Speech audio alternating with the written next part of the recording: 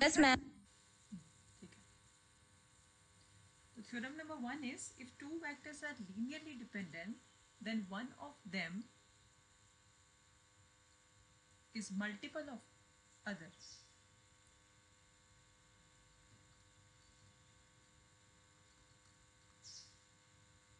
क्या मतलब इसका?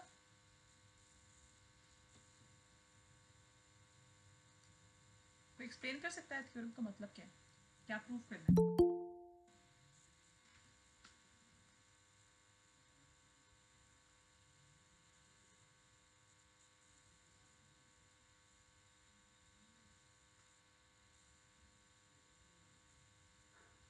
एनीवन? तो एक्सप्लेन करिए. अच्छा ठीक है, चलिए. The theorem is if two vectors are linearly dependent then one of them is multiple of other. यहाँ पे सिर्फ दो वेक्टर का बात हो रहा है. ठीक है, सपोज मेरे पास दो वेक्टर है अल्फा 1 एंड अल्फा 2. ठीक है, alpha 1 and the second one is alpha 2.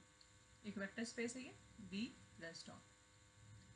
अगर ये दोनों लीनियरली डिपेंडेंट है तो अल्फा 1 या तो अल्फा 2 के मल्टीपल होगा या फिर अल्फा 2 अल्फा 1 के. ये दिखाना है समझ में क्या बोले?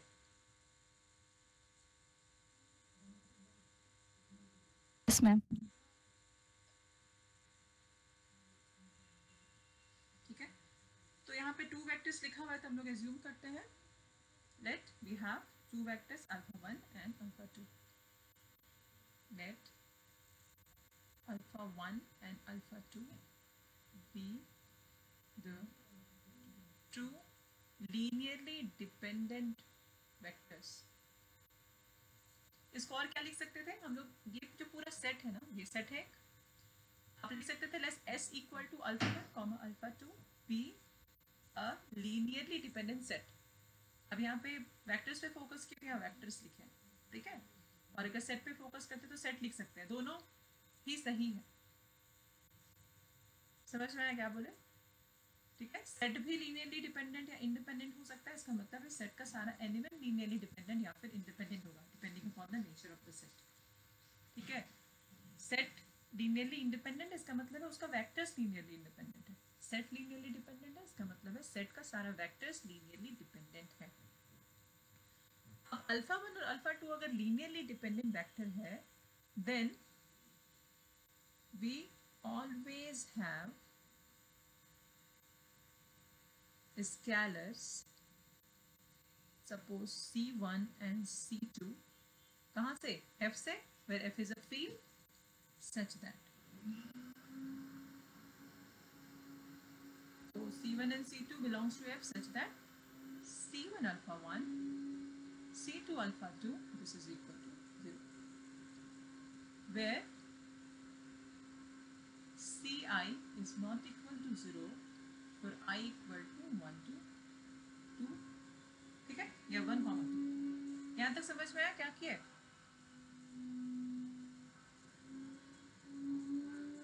Yes, ma'am. ठीक है, Yes, ma'am. तो ये मेरे पास Yes, ma'am. This is equation number 1. अब हम लोग देखते हैं, एज्यूम करते हैं कि कोई एक नॉट इक्वल टू 0 है. Let C1 is not equal to 0. ठीक है, देन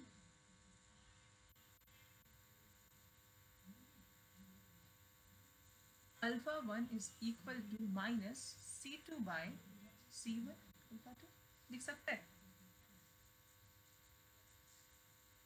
ऐसे लिख सकते हैं. हाँ या ना? इक्वेशन नंबर 1 में C1 is not equal to 0 assume के यहाँ पे मेंशन किया हुआ है ना कि वह Ci is not equal to 0 for I equal to 1 to 2. We have alpha 1 equal to minus C2 upon C1 equal to alpha 2. C1 not equal to 0 इसलिए इसको यहाँ डिवाइड किया. ठीक है, तो यहाँ पे क्या हो गया? This alpha 1 is multiple of alpha 2. अब माइनस C1 और दिस अल्फा 1 इक्वल टू आप लिख लीजिए m alpha 2 where m equal to minus C2 upon C1. है समझ में? प्रूफ हो गया. So this alpha 1 is multiple of alpha 2. Same चीज जहाँ पे हम लोग ये एज्यूम किया है कि C1 नॉट इक्वल टू 0, इसका सेकेंड पार्ट क्या करेंगे, let C2 not equal to 0. Similarly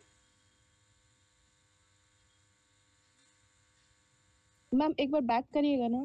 एक minute, C2 not equal to 0, then C1 alpha 1, C2 alpha 2 equal to 0 implies alpha 2 equal to minus C1 upon C2 alpha 1. ठीक है, और this alpha 2 equal to n alpha 1 where n equal to minus C1 upon C2. So if alpha 1 alpha 2 is linearly dependent, then 1 is multiple of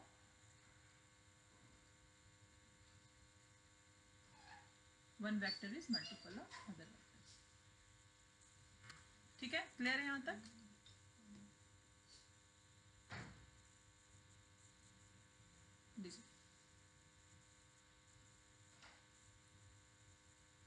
कुछ भी doubt है यहाँ तक तो बोलिए.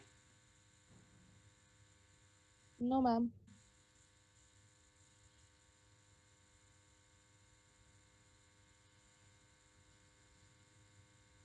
सबका अटेंडेंस हो गया है ना? No ma'am. Yes ma'am. किसका नहीं हुआ है? चैट बॉक्स में अटेंडेंस मैम मेरा नहीं हुआ है.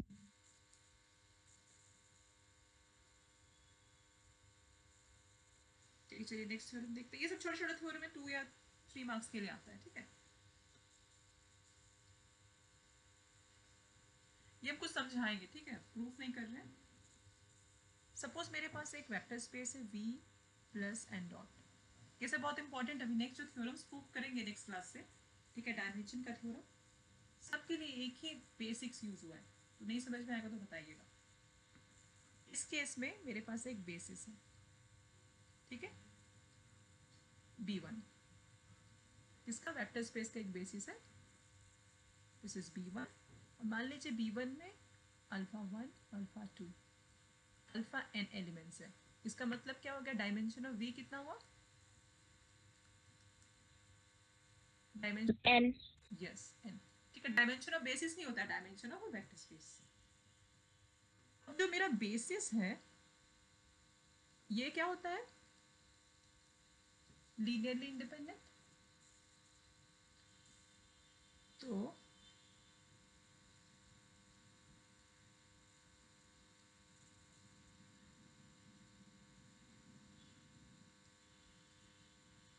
ठीक है, this is V plus n dot, this is B. ठीक है, this is a basis, this is B. अब B का नेचर क्या क्या है, नेचर ऑफ B बहुत काम आएगा ये. First, so this is linearly independent. Second, B span V, या फिर हम लोग लिख सकते हैं this V equal to L of B. And the third is B is maximal linearly independent subset of any vector space.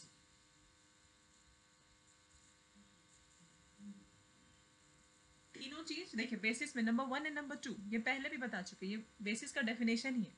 ठीक है, and number 3 नहीं बताए थे. मैक्सिमल वर्ड कोई बता सकता है, इसको कोई एक्सप्लेन कर सकता है, anyone can you explain point number 3 for me. What is the meaning of maximal linearly independent subset of any vector space.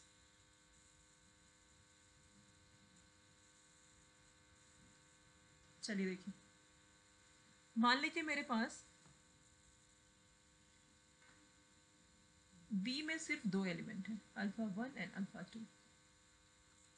अगर ये बेसिस है तो इससे बड़ा कोई सेट एग्जिस्ट ही नहीं कर सकता है जो लीनियरली इंडिपेंडेंट होगा. बेसिस है तो लीनियरली इंडिपेंडेंट है, इसका मतलब है अल्फा 1 और अल्फा 2 लीनियरली इंडिपेंडेंट वेक्टर्स हैं. तो अगर किसी बेसिस में किसी भी वेक्टर स्पेस के बेसिस में अगर दो वेक्टर्स हैं तो वो लीनियरली इंडिपेंडेंट है, उसमें कभी भी आप कोई तीसरा वेक्टर ऐड करके उसको लीनियरली इंडिपेंडेंट नहीं बना सकते हैं। Basis is always a maximal linearly independent subset of any vector space. इसका बहुत अच्छा एग्जांपल था आर स्क्वायर का। ठीक है, आर स्क्वायर के लिए जो बेसिस था, बेसिस ये हम बताए थे 0 1, बहुत सारा बना सकते हैं, एंड 1 0। अब आप इसमें कोई तीसरा वेक्टर्स नहीं ऐड कर सकते। हाँ, ऐसा कर सकते हैं कि आप इसको हटा के कोई दूसरा वेक्टर डाल दीजिए, लेकिन number of element in a basis 2 ही होना चाहिए। ठीक है, मैक्सिमल का मतलब है उसका कार्डिनैलिटी बढ़ना नहीं चाहिए किसी भी हालत में। अगर कार्डिनैलिटी बढ़ा, अगर बी का cardinality means number of elements in a set, अगर कार्डिनैलिटी बढ़ता है बेसिस में, अगर n नंबर ऑफ एलिमेंट्स है किसी भी वेक्टर स्पेस के बेसिस में, n नंबर ऑफ एलिमेंट्स, अगर आप उसमें नंबर ऑफ एलिमेंट्स ऐड करते हैं, सपोज n+2 n+3, वो लीनियरली डिपेंडेंट हो जाएगा। ठीक है, यहाँ पे मैक्सिमल का मतलब यही है, मतलब वो सेट सबसे बड़ा लीनियरली इंडिपेंडेंट सबसेट होगा किसी भी वेक्टर स्पेस का, लीनियरली इंडिपेंडेंट। ठीक है, यहाँ पे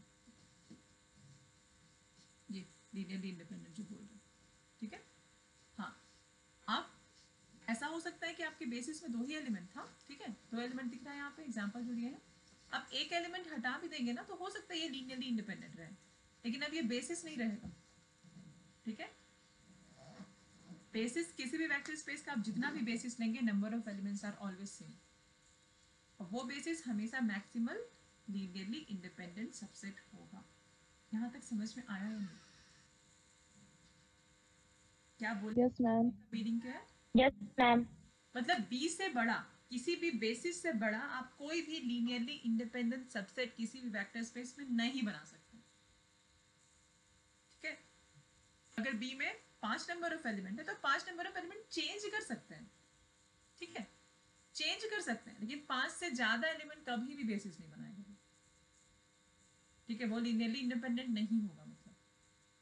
ठीक है, ऐसा में लीनियरली इंडिपेंडेंट पहला क्राइटेरिया है किसी भी सबसेट का बेसिस होने के लिए। चलिए पेज चेंज कर रहे हैं, किसी को स्क्रीनशॉट लेना है तो ले लीजिए। एक नेचर और है, एक्चुअली इसमें नंबर 2 पे ही पता चल रहा है वो नेचर, फिर भी हम एक्सप्लेन करेंगे। ठीक है, नंबर 2 पे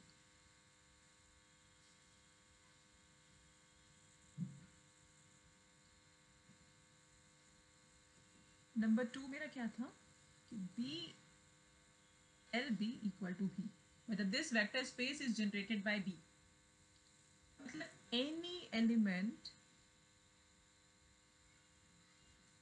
of V can be expressed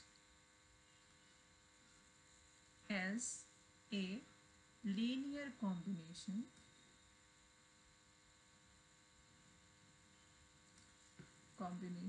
of elements of, क्या होगा बताइए तो, कौन सा सेट होगा यहाँ पे? Any element of V can be expressed as a linear combination of element of V.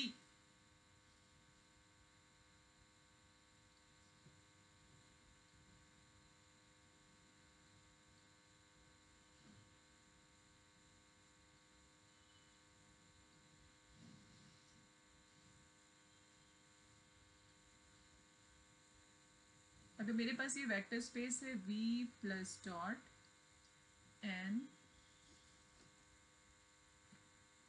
this is the basis, this is B, इसको B प्लस डॉट नहीं लिखेंगे। ठीक है, this is only a set and which is linearly independent. यहाँ पे अगर मेरे पास alpha 1 alpha 2 alpha 3 तीन एलिमेंट है, ठीक है, इसका मतलब है B equal to alpha 1 alpha 2 and alpha 3।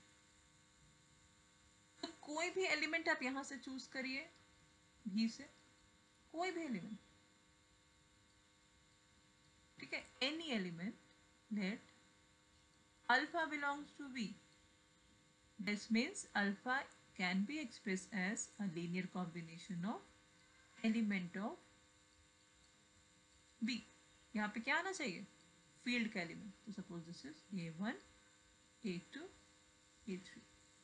अब बीटा ले लीजिए, this is C1 alpha 1 C2 alpha 2 and C3 alpha 3। Beta क्या है, this beta also belongs to B. कोई भी एलिमेंट आप बी से चूज करिए, वो बाकी के लीनियर कॉम्बिनेशन में होगा। देखिए बस यहाँ पे क्या चेंज किया है, स्केलर। स्केलर ही चेंज करना होगा, आपके पास वेक्टर फिक्स्ड है और आपको नया वेक्टर चाहिए, तो you have to change the scalars. यहाँ पे समझ में आया क्या बोले? Yes ma'am. ठीक है, किसी को डाउट? अभी तक जितना भी बताएं, यहाँ तक किसी को कुछ डाउट है? No ma'am. ठीक है, चलिए।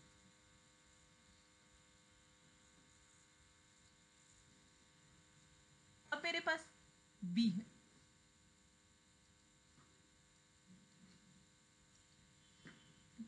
बी।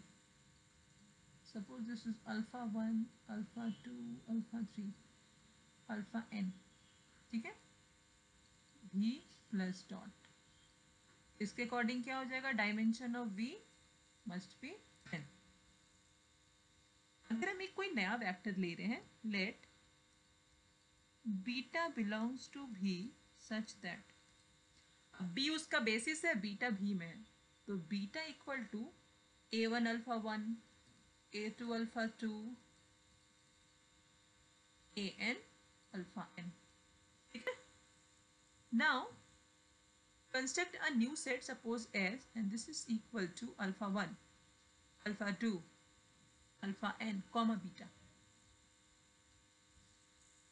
अब मेरा क्वेश्चन ये है कि what is the nature of this S, whether it is linearly independent or dependent?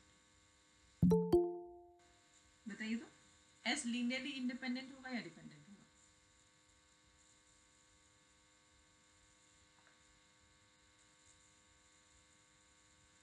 सोच के बताइए जल्दी।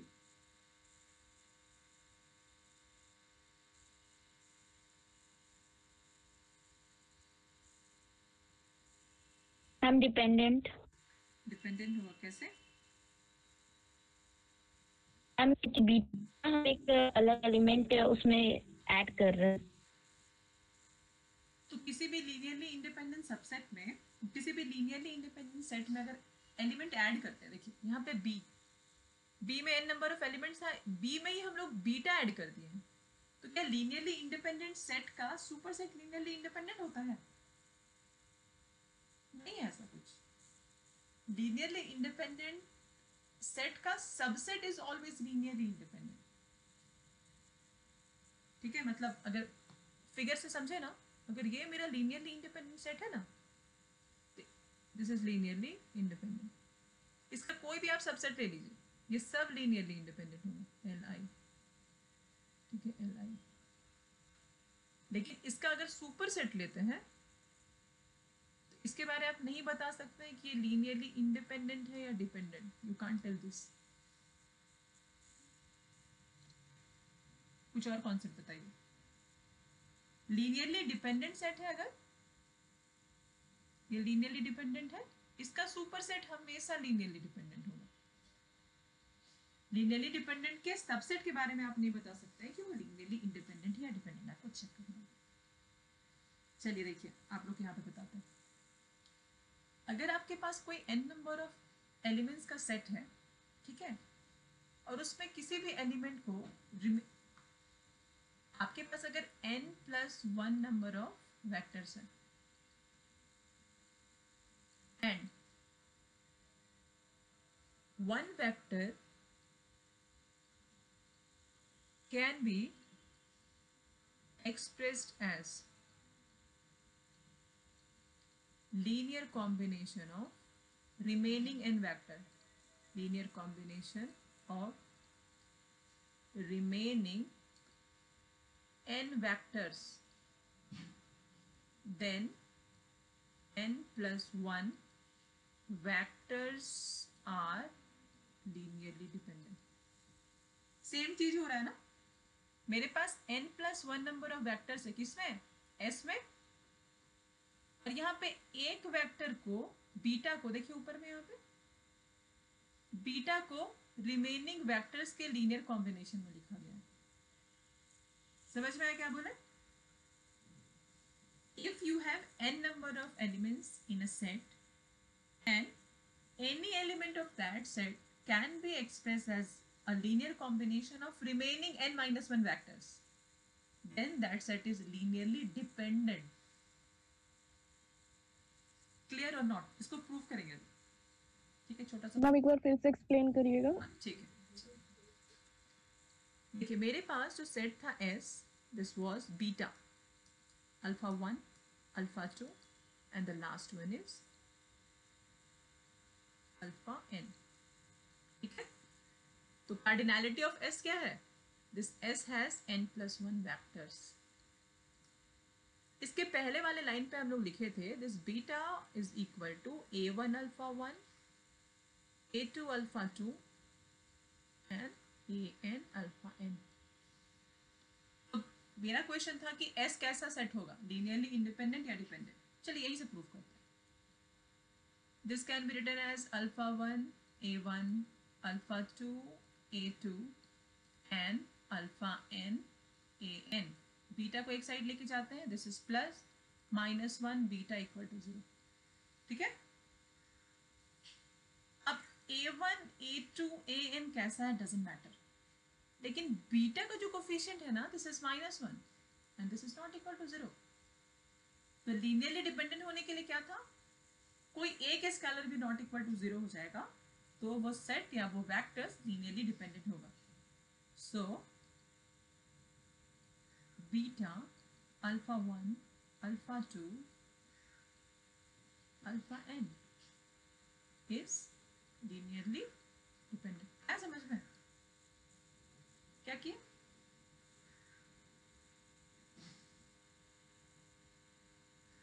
बोलिए, अदरवाइज हमको समझ में नहीं आएगा कि आप लोगों को समझ में आ रहा है।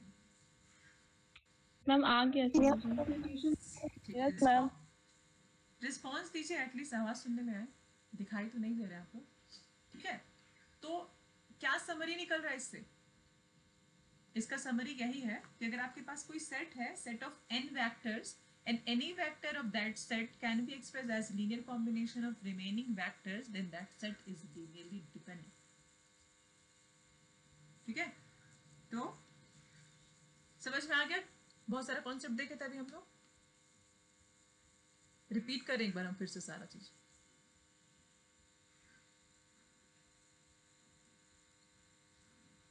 ये तो समझ में आ गया था कि दो वेक्टर्स है तो अगर वो लीनियरली डिपेंडेंट है तो one is multiple of other.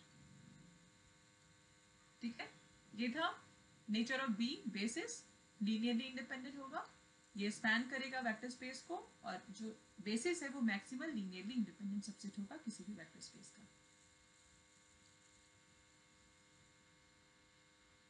उसके बाद था कि किसी भी बेसिस के वेक्टर स्पेस के किसी भी एलिमेंट को बेसिस के लीनियर कॉम्बिनेशन में लिख सकते हैं। नंबर 2 का एक्सप्लेनेशन था ये। नेक्स्ट था कि अगर आपके पास कोई लीनियरली इंडिपेंडेंट सेट है तो उसका सबसेट ऑलवेज लीनियरली इंडिपेंडेंट, और लीनियरली डिपेंडेंट का super set is always linearly dependent. और यहाँ पे कि किसी भी सेट में अगर n नंबर ऑफ एलिमेंट्स है या n+1 नंबर ऑफ एलिमेंट और उसका कोई भी वेक्टर अगर रिमेनिंग वेक्टर्स के लीनियर कॉम्बिनेशन में है तो वो सेट हमेशा लीनियरली डिपेंडेंट होगा। ठीक है,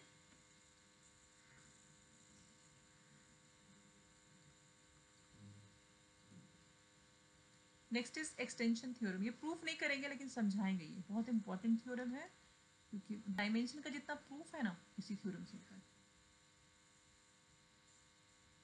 any linearly independent subset of a vector space can be extended to spaces। कुछ समझ में आया? हिंदी में बताइए तो कोई इसको, क्या है ये? क्या है ये? श्वेता है?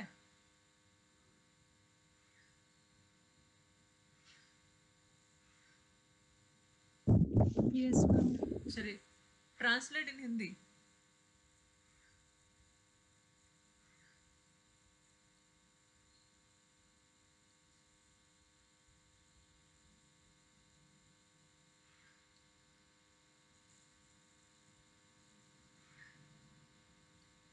करिए।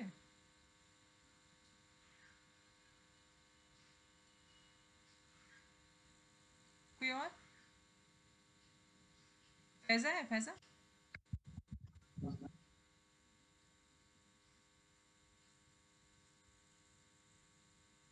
Yes ma'am. क्या हुआ, बहुत थक के लग रहा है आप एकदम, घर में बैठे बैठे। No ma'am. तो फिर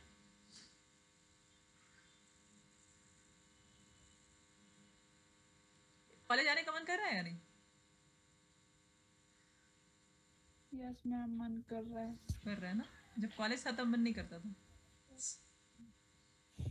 लाइफ से कोई चीज जब जाने लगता है ना, उसका इम्पोर्टेंस समझ आता है। Yes ma'am. मेरे को एक्सप्लेन करिए, ट्रांसलेट ही करने बोल रहे हैं भाई हिंदी में, और कुछ नहीं बोल रहे हैं।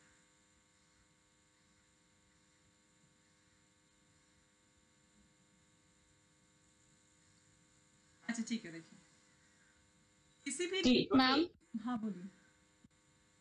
मैम इसका मतलब है कि किसी भी लीनियरली किसी वेक्टर स्पेस के लीनियरली इंडिपेंडेंट सबसेट को हम लोग बेसिस बना सकते हैं, मतलब उसमें एक दो एलिमेंट्स ऐड करके यस हम लोग उसको बेसिस बना सकते हैं। ठीक है, गुड। प्रेरणा है ना? ठीक है, यही मीनिंग है इसका। ठीक है, आपके पास एक सबसेट होना चाहिए। इस कंडीशन यही है कि वो सबसेट लीनियरली इंडिपेंडेंट होना चाहिए। अब आप उस लीनियरली इंडिपेंडेंट सबसेट में नंबर ऑफ एलिमेंट्स ऐड करके उसको बेसिस बना सकते हैं। किसका? वेक्टर स्पेस का। फिगर दिखाई दे रहा है? ये जो स्क्वायर है उसको हम बोले हैं कि this is a vector space. इस वेक्टर स्पेस का एक लीनियरली इंडिपेंडेंट सबसेट है विच इज एस। ठीक है, तो एस में क्या है? अल्फा 1 और अल्फा 2 है। अब इसी V का बेसिस है B, लेकिन अगर हम चाहें ना तो इस S को बेसिस बना सकते हैं। ठीक है, इसको बेसिस बनाया जा सकता है, transformed into a basis, transform into A basis of B। कैसे? अब बेसिस तो क्या है? अल्फा 1 अल्फा 2 अल्फा 3 अल्फा 4, मतलब इसमें 4 एलिमेंट्स है और ये लीनियरली इंडिपेंडेंट है। और पहले भी बता चुके हैं कि बेसिस मैक्सिमल सेट है विच इज लीनियरली इंडिपेंडेंट। और एस लीनियरली इंडिपेंडेंट है लेकिन इसमें 2 ही एलिमेंट है, तो ये बेसिस नहीं बन सकता है। क्यों? क्योंकि आप वेक्टर स्पेस का जितना भी बेसिस लीजिए उसमें नंबर ऑफ एलिमेंट सेम होगा। मतलब ऐसा हो सकता है कि आप यहाँ पे 2 एक्स्ट्रा एलिमेंट ऐड कर दीजिए which is beta 1 and beta 2, लेकिन एस को बेसिस बनाने के लिए you need 2 more elements. Clear हुआ क्या बोले? तो यस मैम। नया एक एस बनाते यस हैं ma'am. Named as S dash and this is alpha 1 alpha 2। 2 elements और लेते हैं, beta 1 beta 2। Definitely beta 1 beta 2 V से होगा, पी के बाहर का बात ही नहीं कर रहे हैं। ठीक है, सब कुछ वी में ही है, मतलब दिस बिलोंग्स टू वी। अब इसमें क्या हो गया? 4 एलिमेंट्स हो गए। पहले एस लीनियरली इंडिपेंडेंट था, अब हम ये 2 एलिमेंट और ऐड किए, तो इसका लीनियरली इंडिपेंडेंस का प्रॉपर्टी वैनिश नहीं होना चाहिए, मतलब लीनियरली इंडिपेंडेंट ही रहना चाहिए। ये ऐसा नहीं कि आप 2 एलिमेंट ऐड किए ये लीनियरली डिपेंडेंट हो गया, हो सकता है ना, चांसेस है। तो 2 वेक्टर हम ऐसा ऐड किए जिसकी वजह से एस डैश जो है वो लीनियरली इंडिपेंडेंट ही रहा। तो इसका मतलब है कि this S is now extended to a basis of V. Clear हुआ क्या बोले? Yes ma'am.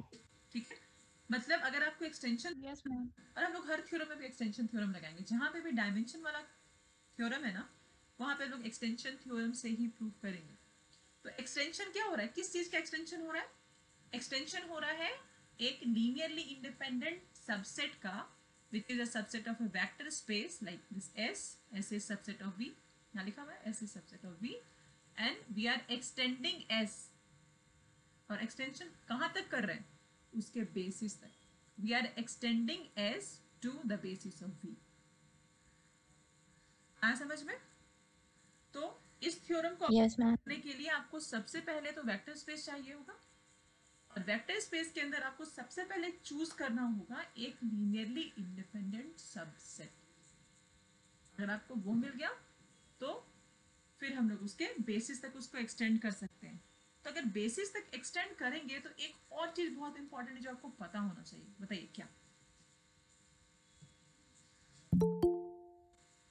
अब एस को हम बेसिस बना रहे हैं, ठीक है, किसका?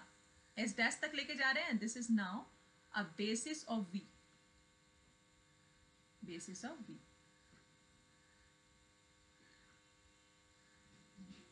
ठीक है। तो अगर हम इसका बेसिस बना रहे हैं तो डायमेंशन वी पता होना चाहिए ना। अगर ये पता ही नहीं होगा तो आपको कैसे पता चलेगा कि लीनियरली इंडिपेंडेंट सबसेट में कितना एलिमेंट्स ऐड करना है? यहाँ पे आपको बी दिखाई दे रहा है यहाँ पे, इसका मतलब है कि डायमेंशन है इस फिगर में बी का, दिस इज कितना? 4। आया समझ में? Yes ma'am. तो yes sir. Extension theorem use करने के लिए you must have a vector space, you must have a dimension of v and you must have a linear